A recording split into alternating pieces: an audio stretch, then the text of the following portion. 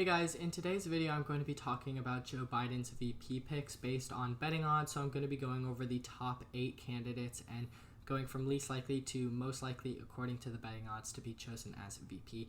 So in number 8 is Karen Bass. Karen Bass is a representative from California. Notably, she is extremely progressive, much more progressive than Joe Biden, embracing things like Medicare for All and the Green New Deal.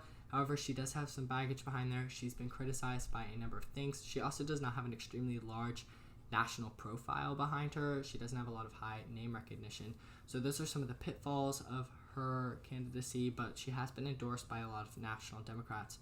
So that is a strength. She has definitely come into the spotlight in recent weeks as a contender, but still not being seriously considered as one of the frontrunners. Moving on to number 7, and personally who I think is the least likely on this list to be VP, is Michelle Obama. As we all know, Michelle Obama was the first lady, and I think she's really only on this list because she is an extremely popular and well-known woman of color. However, I don't think there's much evidence to suggest that Joe Biden is considering her to be the VP. I haven't seen it, at least. I could be wrong. Moving over to number 6 is Tammy Duckworth. Tammy Duckworth is a senator from Illinois. She is very notable for a number of things, but she has a lot of experience in the military. Tammy Duckworth, just probably the biggest pitfall of her selection is that she doesn't have an extremely high national profile, so she doesn't have a lot of name recognition, and also the state that she comes from, Illinois, is not a key state, so she doesn't have that going behind her like some of the other candidates do. She is from the Midwest, so some people have argued that she could have a Midwest advantage, but it's kind of up in the air, and she's, again, not really being seriously considered. Moving on to number 5 is Elizabeth Warren. I also should note that when I say not being seriously considered, I just mean like not one of the front runners in the top 3 being suggested. Moving over to Elizabeth Warren. Elizabeth Warren is a senator from Massachusetts. She is notably extremely progressive. She ran for president, like we all pretty much know. She was at one point considered one of the front runners for the presidential race and then dropped out. She has a long history behind her, and her approval rating is actually pretty underwater compared to a lot of these vice presidential candidates, so that's some of the pitfalls that come behind her. I have seen polls earlier on that actually improved Joe Biden's polling lead with Elizabeth Warren on the ticket, but I haven't seen any recent polling that would suggest that, so I don't know if she necessarily has that advantage. She's also not a woman of color.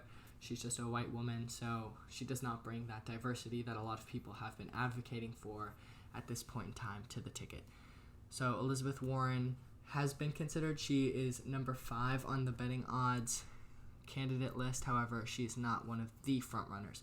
Moving over, Val Demings is in 4th place, and Val Demings she's the last of the candidates not being considered to be, in quotations again, front runners. I'm using that word a lot. She was earlier on around late June when I made my first vice presidential video, but she's since fallen out.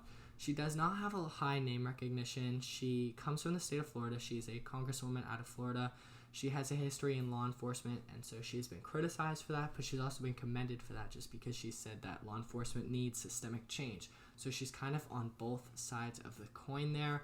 Val Demings definitely has things that she can be criticized about and also things that she can be commended about, but just because she doesn't have an extremely high national profile is, I think, why she's lagging in the VP selection. Moving over to number 3, and what I think begins the front runners, is Gretchen Whitmer. Gretchen Whitmer is the current governor of Michigan, and she's really come into the national spotlight due to her handling of the coronavirus pandemic. She's done what a lot of people have said is an extremely good job of handling the coronavirus, pretty much maintaining it, flattening the curve in the state of Michigan. She's also had a history of fighting for intersectionality and diversity in Michigan. She has an extremely diverse cabinet, so while she's not a woman of color, she definitely has elevated women of color in the state of Michigan. And if she was the VP, but a black man would be the only governor in the entire United States. I think he's a lieutenant governor right now, and he would be elevated to the governor if she was appointed as the VP pick. One of the strengths that comes out of Gretchen Whitmer being VP is that she just doesn't have this extensive history behind her, so there isn't a lot to go after that a lot of people have said. So there isn't too much to attack her for, whereas all of these other candidates definitely have their weaknesses and they have their dark histories, while they do bring some strengths to the table, Gretchen Whitmer hasn't perceived to have any of that. So she's definitely risen a lot in recent weeks. She's confirmed to have met with Joe Biden in Delaware. So a lot of people have said that that makes her a clear frontrunner. And then we will move on to number 2, Susan Rice. So Susan Rice, to me, is probably the most controversial pick on this list, even though she's at number 2.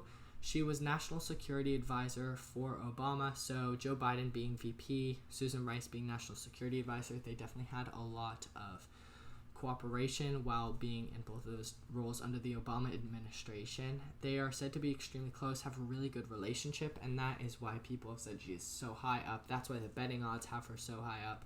I've read plenty of articles that say don't discount Susan Rice, even though she doesn't have the experience of being an elected official. You know, she's only been National Security Advisor. She's never been elected to a position.